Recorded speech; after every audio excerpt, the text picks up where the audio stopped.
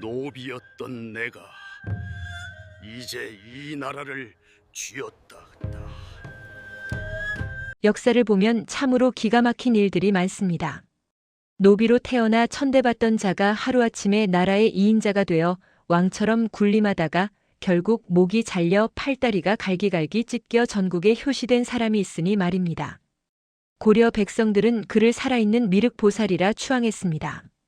억울하게 노비가 된 이들을 해방시키고 빼앗긴 땅을 되돌려주는 개혁으로 성인의 반열에 올랐던 사람. 하지만 그 영광은 고작 6년. 권력의 정점에서 하루아침에 역적으로 몰려 처참하게 죽어간 그의 이름 신돈입니다. 대체 무슨 일이 있었기에 공민왕의 스승이자 오른팔이었던 신돈이 이토록 끔찍한 죽음을 맞이해야 했을까요? 오늘 이야기 시작하기 전에 구독과 좋아요를 눌러주시옵소서. 그럼 이야기 올리겠나이다. 캄캄한 밤 무덤가에 한 승려의 그림자가 어른거립니다. 쥐도 새도 모르게 죽어간 이들의 시신과 뼈를 수습하는 일. 그것도 전염병으로 죽었을지 모를 시체를 맨손으로 만지는 일을 기꺼이 하려는 승려가 과연 몇이나 되었을까요?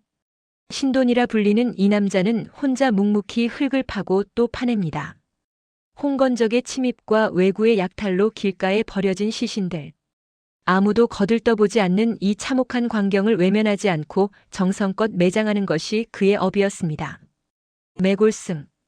뼈를 묻는 승려라는 뜻입니다. 하지만 신돈이 처음부터 이런 천한 일을 자처한 것은 아니었습니다.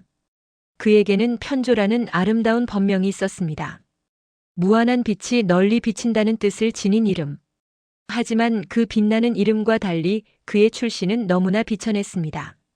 고려는 불교 국가였고 승려의 지위는 높았습니다. 왕족도 출가하는 시대였으니까요. 노비였던 신돈 역시 주인의 허락으로 옥천사에 들어가 승려가 될 수 있었습니다. 새로운 삶을 꿈꾸며 절에 발을 디딘 그날, 신돈의 가슴은 희망으로 가득 찼을 겁니다. 하지만 현실은 냉혹했습니다. 그 같은 승려라 해도 출신에 따라 대우가 달랐던 것입니다. 옥천사의 몇몇 승려들은 신돈을 동료로 인정하지 않았습니다. 천한 노비 출신 주제에 감히 부처님 앞에 서다니. 노비라는 굴레는 승복을 입어도 벗겨지지 않았습니다. 오히려 같은 승려들로부터 더 심한 멸시를 받았습니다. 차별과 괴롭힘 속에서 신돈은 절 안에서조차 제자리를 찾지 못했습니다. 그렇게 견디다 못한 신돈은 결국 아무도 하려 하지 않는 일을 떠맡게 됩니다. 바로 매골승이었습니다. 전쟁과 기근으로 죽은 이들의 시신을 수습하고 매장하는 일. 전염병의 위험을 무릅쓰고 썩어가는 주검을 다루는 이 고된 일을 기꺼이 하려는 승려는 없었습니다. 하지만 신돈에게는 선택의 여지가 없었습니다. 그렇게 그는 전국 방방곡곡을 떠돌며 죽은 자들의 넋을 위로하는 삶을 살게 됩니다. 그 과정에서 그가 목격한 것은 무엇이었을까요? 권문세족의 횡포로 땅을 빼앗기고 억울하게 노비로 전락한 백성들. 신돈 자신과 똑같은 처지의 사람들이 이 땅 곳곳에 넘쳐나고 있었습니다. 매골승으로 떠도는 동안 신돈의 가슴속에는 어떤 생각이 싹트고 있었을까요? 훗날 그가 휘두를 개혁의 칼날은 어쩌면 이 시절 품었던 분노에서 비롯된 것인지도 모릅니다. 공민왕은 그날 밤 잠자리에서 벌떡 일어났습니다. 1358년 어느 밤의 일이었습니다. 꿈이었습니다. 하지만 너무나 생생했습니다. 누군가 자신을 죽이려 했고 깡마른 승려가 나타나 목숨을 구해주었습니다. 온몸이 식은땀으로 젖었습니다. 심장이 미친 듯이 뛰었습니다. 단순한 꿈이 아니었습니다. 예지몽처럼 느껴졌습니다. 그 승려의 얼굴이 자꾸만 뇌리에 박혔습니다. 다음 날 공민왕은 어머니를 찾아갑니다. 명덕태후의 처소로 향하던 그 순간 발걸음이 멈췄습니다. 어머니 곁에 한 승려가 서 있었습니다. 공민왕의 눈이 커졌습니다. 간밤에 꿈에서 본 바로 그 얼굴이었습니다. 깡마른 체격, 날카로운 눈매, 모든 것이 일치했습니다. 공민왕은 소름이 돋았습니다. 이것은 우연이 아니었습니다. 하늘의 뜻이었습니다. 그가 바로 신돈이었습니다. 전국을 떠돌던 매골승이 명덕태후의 초청으로 불경을 강론하러 온 것입니다. 공민왕은 신돈과 대화를 나누어 보았습니다. 놀라웠습니다. 천안 출신이라고는 믿기지 않을 만큼 식견이 깊었습니다. 그날 이후 공민왕은 자주 신돈을 불렀습니다. 불교 이치를 논하고 세상사를 이야기했습니다. 대화를 나눌수록 확신이 들었습니다. 이 사람이 필요하다고. 당시 공민왕의 처지는 녹록지 않았습니다. 원나라의 간섭에서 벗어나려 하지만 권문세족의 반발이 거셌습니다. 그들은 원나라와 결탁해 막대한 부를 쌓았습니다. 개혁을 방해하는 세력이었습니다. 공민왕에게는 믿을 사람이 필요했습니다. 권문세족과 아무 연고도 없고 원나라 눈치도 볼 필요 없는 인물. 그런데 신돈이 딱 맞았습니다. 출신이 낮아 기득권과 무관했고 백성의 고통을 누구보다 잘 아는 사람이었습니다. 공민왕이 신돈에게 제안합니다. 왕사가 되어달라고. 왕의 스승자리였습니다. 신돈은 고민했습니다. 노비 출신이 왕사라니. 하지만 마음속 깊은 곳에서 꿈틀거리는 것이 있었습니다. 전국을 떠돌며 본 광경들. 억울하게 노비가 된 사람들, 땅을 빼앗긴 백성들. 그들을 구할 방법은 단 하나. 권력뿐이었습니다. 이 나라를 바로잡을 수 있는 사람은 오직 나뿐이옵니다. 신돈은 왕사가 되기로 했습니다. 하지만 조정의 반응은 차갑기만 했습니다. 신하들은 공공연히 불만을 표했습니다. 출신도 모를 떠돌이 승려를 왕사로 삼다니 말이 되느냐고 했습니다. 공민왕은 더 과감한 결단을 내립니다. 1365년 12월 신돈에게 무려 7개의 관직을 동시에 내린 것입니다. 영도첨 의사사는 행정부 총책임자, 오늘날 국무총리입니다. 판감찰사사는 관리 감찰과 인사권을 쥔 자리, 제조승록사사는 불교계 인사를 임명하는 권한, 이 외에도 4개의 관직이 더해졌습니다. 사실상 왕의 버금가는 권력이었습니다. 공민왕의 의도는 명확했습니다. 신돈을 자신의 대리인으로 삼아 개혁을 밀어붙이겠다는 것. 권문세족을 견제하고 원나라 잔재를 청산하려면 강력한 칼잡이가 필요했습니다. 공민왕은 신돈이라는 칼을 손에 쥔 것입니다. 그 칼로 방의 세력을 베어내려 했습니다. 자신은 뒤에서 지켜보면서 말입니다. 떠돌이 매골승에서 고려 최고 권력자로. 신돈의 놀라운 변신이 완성되는 순간이었습니다. 과연 그는 이 권력으로 무엇을 이루려 했을까요? 신돈이 움직였습니다. 1366년 5월의 일입니다. 거리마다 방문이 나붙기 시작했습니다. 내용은 간결했습니다. 빼앗긴 것을 되찾아주겠다는 약속이었습니다. 권세 있는 집안이 백성의 땅을 강탈했다. 억울하게 노비가 된 자들이 넘쳐난다. 이제 모두 바로잡겠다. 신돈은 전민변정도감이라는 기구를 설치했습니다. 토지와 백성의 실태를 조사해 원래 주인에게 돌려주는 조직이었습니다. 신돈이 직접 수장이 되었습니다. 포고령이 붙은 지 며칠 만에 놀라운 일이 벌어졌습니다. 억울한 사연을 가진 백성들이 물밀듯 몰려든 것입니다. 수십 년간 참았던 분노가 터져나왔습니다. 한 농부가 울면서 호소합니다. 조상 대대로 물려받은 밭을 권세가에게 빼앗겼다고.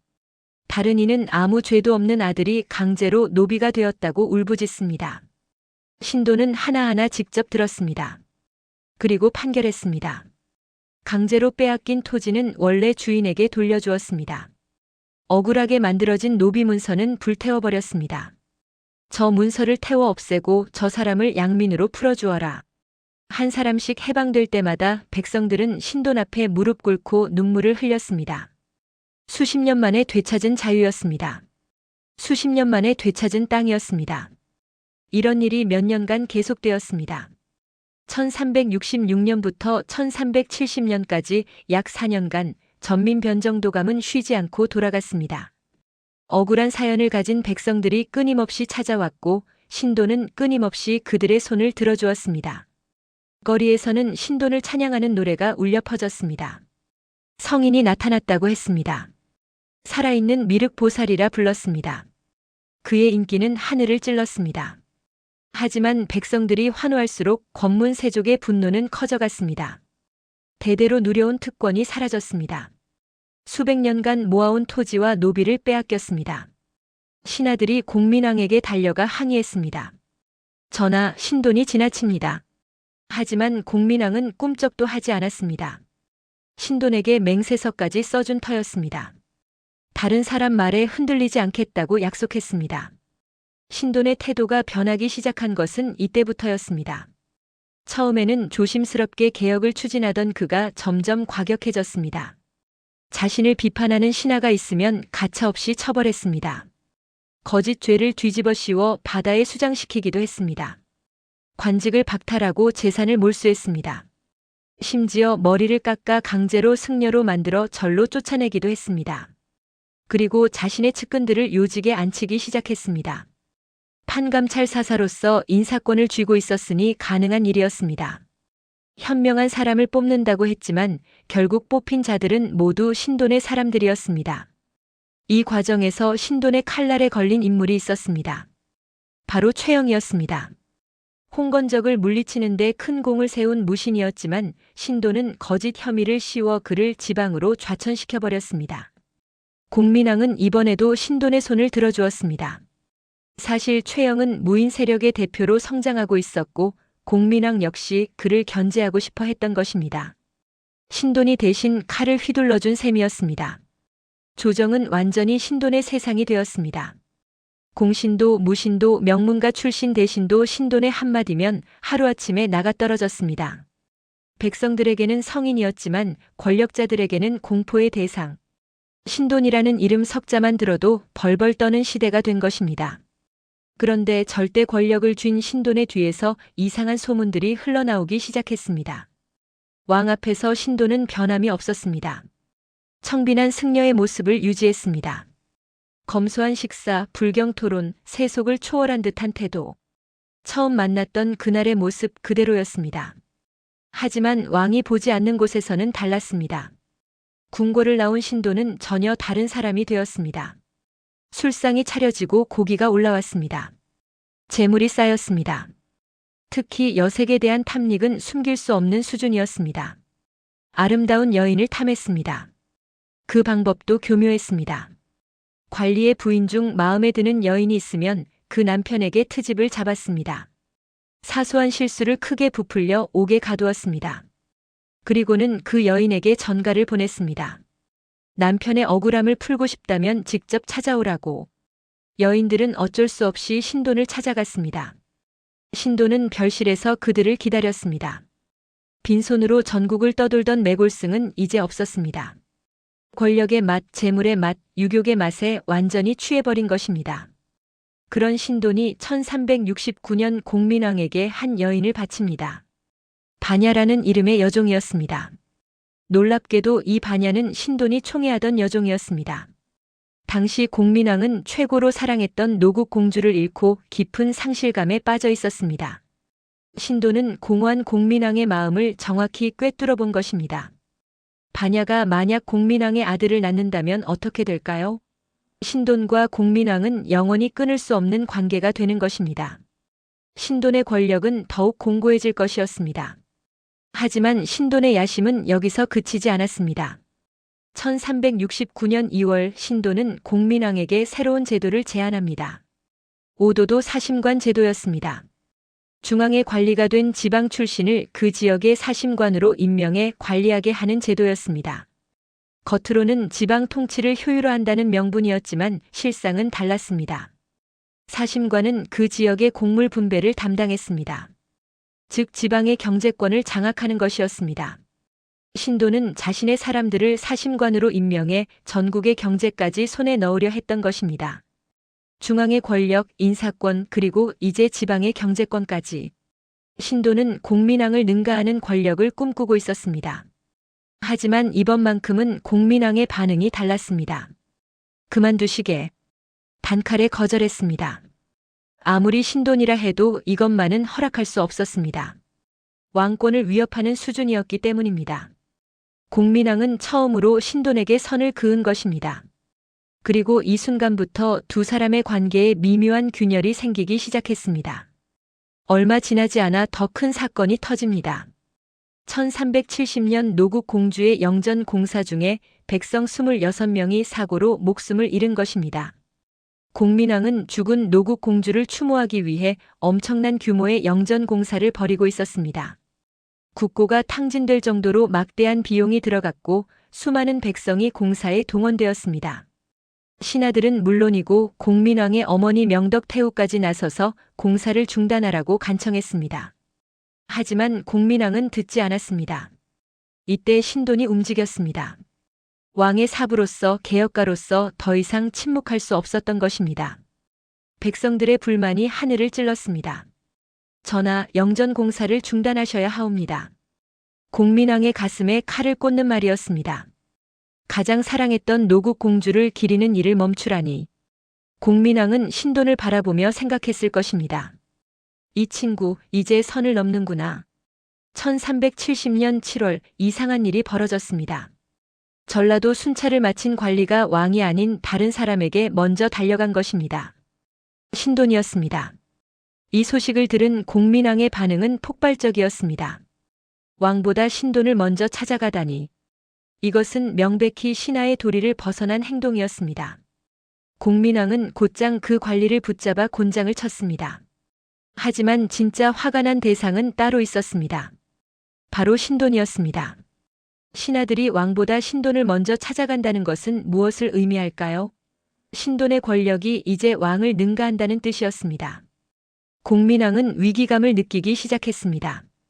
그해 겨울 설상가상으로 또 다른 사건이 벌어집니다. 당시는 원나라가 쇠퇴하고 명나라가 새롭게 떠오르던 시기였습니다. 고려는 명나라와 새로운 관계를 맺어야 했습니다. 명나라 사신이 고려에 왔을 때 그들은 공민왕을 고려왕으로 책봉하는 의식을 거행했습니다. 하지만 사신들은 신돈에게도 특별한 예우를 했습니다. 상국 신돈. 상국. 조선으로 치면 영의정, 좌의정, 우의정 삼정승을 총칭하는 말이었습니다. 명나라 사신은 신돈에게 황제의 인장이 찍힌 조서와 선물까지 하사했습니다. 이것이 공민왕에게는 어떻게 다가왔을까요? 명나라가 신돈을 왕의 버금가는 인물로 인정한 것입니다. 만약 명나라가 신돈의 편을 든다면 어떻게 될까요? 공민왕의 머릿속에는 온갖 의심이 꼬리에 꼬리를 물었습니다. 그동안 쌓였던 불안과 의심이 확신으로 바뀌는 순간이었습니다. 신돈이 나를 넘보고 있다.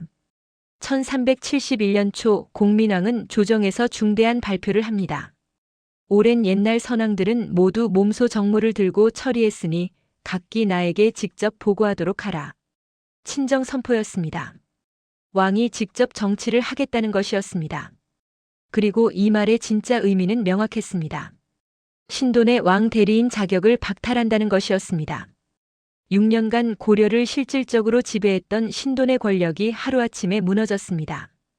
영도첨 의사사, 판감찰사사, 그 모든 권한이 사라졌습니다. 신돈은 어떤 기분이었을까요? 노비에서 시작해 정점까지 올랐던 그가 다시 추락하는 순간이었습니다. 하지만 왕이 결정한 이상 신돈이 할 수 있는 일은 아무것도 없었습니다. 신돈은 모든 것을 내려놓고 궁궐을 떠나야 했습니다. 권력의 정점에서 하루아침에 나락으로 떨어진 것입니다. 하지만 신돈은 이대로 물러설 사람이 아니었습니다.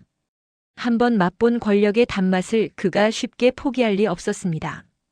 공민왕이 친정을 선포하고 약 6개월이 지난 1371년 7월 충격적인 고발이 들어옵니다. 한 관리가 몰래 신돈의 동향을 기록해 공민왕에게 바친 것입니다. 신돈이 역모를 꾸미고 있습니다. 역모. 왕을 몰아내고 스스로 권력을 잡으려는 음모였습니다. 신돈이 정말로 역모를 계획했는지 아닌지는 알 수 없습니다.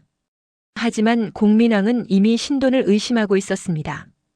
공민왕은 단 사흘 만에 결정을 내립니다. 신돈을 수원으로 유배 보내라. 대역 죄인이 되어 신돈은 수원으로 끌려갑니다. 백성들의 성인에서 역적으로 전락하는 데 걸린 시간은 고작 며칠이었습니다. 하지만 신돈의 비극은 여기서 끝이 아니었습니다. 더 끔찍한 운명이 그를 기다리고 있었습니다. 수원에 도착한 신돈은 초라한 유배지에 갇혔습니다. 한때 7개의 관직을 동시에 지냈던 그가 이제는 죄인의 몸이 되었습니다. 백성들이 살아있는 미륵보살이라 불렀던 그가 역적이 되어버린 것입니다. 유배지에서 신돈은 무슨 생각을 했을까요? 공민왕과의 첫 만남, 왕사가 되던 날 전민 변정도감을 설치하고 백성들의 환호를 받던 순간들. 그 모든 영광이 주마등처럼 스쳐갔을 것입니다. 하지만 후회해도 이미 늦었습니다. 권력의 정점에서 맛본 달콤함이 결국 독이 되어버렸습니다. 청빈한 승려로 남았어야 했습니다. 백성을 위한다는 본래의 뜻을 잊지 말았어야 했습니다. 유배 온 지 며칠이 지났을까. 갑자기 공민왕이 보낸 사람이 신돈을 찾아옵니다. 전하께서 부르십니다. 신돈의 가슴에 희망이 싹 텄을지도 모릅니다. 어쩌면 공민왕이 마음을 바꾼 것일까? 자신의 억울함을 들어주려는 것일까? 그런 기대를 품고 신돈은 밖으로 나섭니다. 하지만 밖에서 그를 기다리고 있던 것은 공민왕이 아니었습니다. 차가운 칼날이었습니다. 번쩍이는 칼이 신돈의 목을 향해 날아옵니다. 신돈은 한마디 말도 남기지 못한 채 그 자리에서 목이 잘렸습니다. 노비로 태어나 승려가 되고 왕의 스승이 되어 나라의 2인자까지 올랐던 신돈. 그의 파란만장한 인생은 그렇게 허무하게 끝났습니다. 하지만 공민왕의 분노는 여기서 그치지 않았습니다. 신돈의 시신을 그대로 두지 않았습니다. 사지를 갈기갈기 찢어버리라는 명을 내린 것입니다. 신돈의 머리는 잘려 개경도성의 숭인문에 내걸렸습니다. 지나가는 모든 사람이 볼 수 있도록 말입니다. 한때 백성들이 추앙하던 성인의 얼굴이 이제는 역적의 표본이 되어 거리에 표시된 것입니다. 그의 팔다리는 갈기갈기 찢겨 전국 각지로 보내졌습니다. 경기도, 충청도, 전라도, 경상도. 신돈이 살아생전 전민 변정도감을 통해 백성을 구했던 그 땅에 그의 사지가 전시되었습니다. 왜 공민왕은 이토록 잔인하게 신돈을 처형한 걸까요? 단순히 역모를 꾸몄기 때문만은 아니었을 것입니다. 신돈은 공민왕에게 너무나 특별한 존재였습니다. 운명적으로 만나 함께 나라를 개혁하려 했던 동지였습니다. 그런 신돈이 자신을 배신하고 권력을 탐했습니다. 배신감, 분노, 그리고 어쩌면 두려움. 신돈이라는 존재가 얼마나 위험한지 모두에게 보여주어야 했습니다. 다시는 이런 일이 일어나서는 안 된다는 경고였습니다. 신돈이 죽고 얼마 지나지 않아 이상한 소문이 돌기 시작했습니다. 신돈이 공민왕에게 바쳤던 여종 반야가 낳은 아들 훗날 우왕이 되는 모니노가 사실은 공민왕의 아들이 아니라 신돈의 아들이라는 것이었습니다. 진실은 아무도 모릅니다. 하지만 이 소문은 훗날 조선 건국의 명분이 됩니다. 이성계와 정도전은 우왕이 왕족이 아니라고 주장하며 고려를 무너뜨렸습니다. 신돈의 이름은 죽어서도 끊임없이 이용당한 것입니다. 역사는 신돈을 어떻게 평가할까요? 백성을 구한 개혁가일까요? 아니면 권력의 눈먼 탐욕스러운 승려일까요? 어쩌면 둘 다일지도 모릅니다.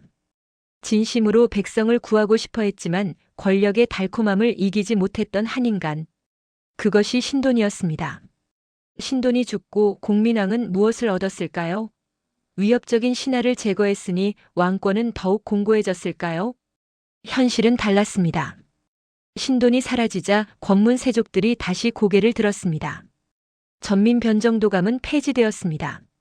백성들에게 돌려주었던 땅과 신분을 되찾으려는 움직임이 시작되었습니다. 개혁은 중단되었고 시계는 거꾸로 돌아가기 시작했습니다. 공민왕도 변했습니다. 노국 공주를 잃고 신돈마저 죽인 후 왕은 정치에 대한 의욕을 완전히 잃었습니다. 측근 환관들에게 둘러싸여 향락에 빠졌습니다. 백성들은 혼란스러워했습니다. 신돈이 역적이라고 하는데 그가 해준 일들은 무엇이었습니까? 빼앗긴 땅을 되찾아주고 노비에서 해방시켜준 것은 잘못된 일이었습니까? 어떤 백성들은 여전히 신돈을 기억했습니다. 거리에서 몰래 그의 이름을 속삭였습니다. 역적이 아니라 성인이었다고. 권력자들이 두려워서 죽인 것이라고. 공민왕은 밤마다 악몽에 시달렸을지도 모릅니다. 신돈과 처음 만났던 그날의 꿈. 괴한이 자신을 죽이려 하고 신돈이 나타나 구해주던 그 꿈. 이제 그 꿈은 어떻게 바뀌었을까요? 어쩌면 공민왕은 후회했을지도 모릅니다. 신돈을 완전히 믿었어야 했을까? 아니면 처음부터 그에게 권력을 주지 말았어야 했을까? 하지만 돌이킬 수는 없었습니다.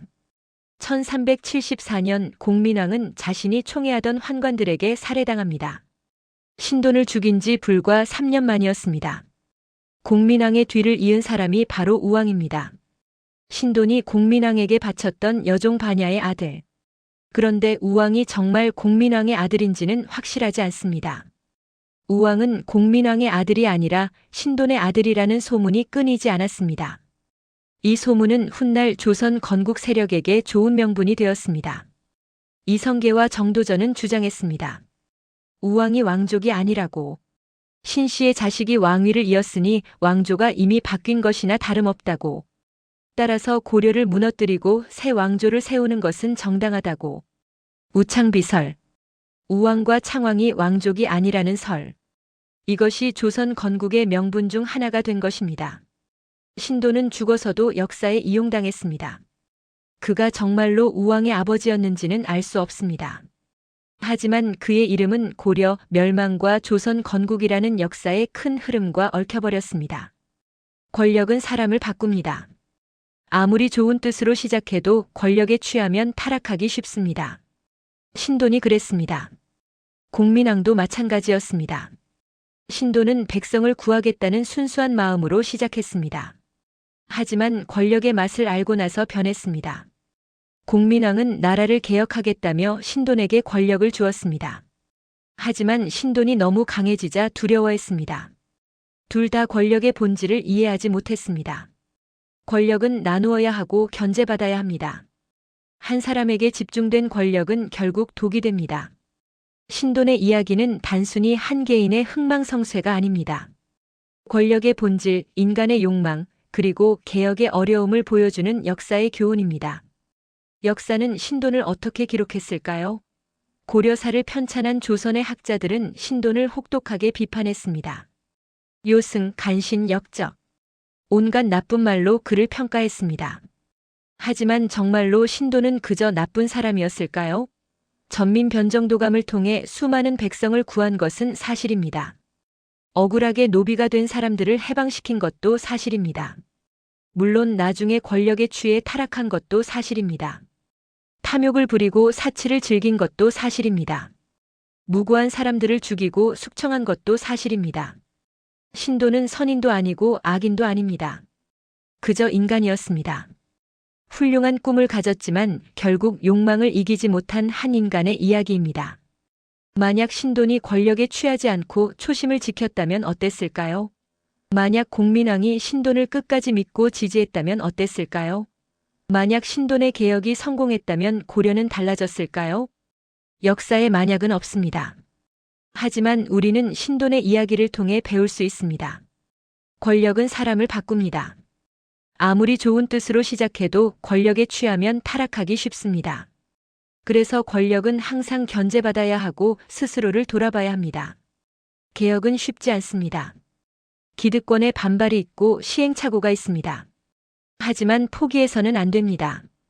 신돈의 개혁이 완벽하지는 않았지만 그가 없었다면 수많은 백성이 계속 고통받았을 것입니다. 신돈의 삶은 우리에게 묻습니다. 여러분이라면 어떻게 하시겠습니까?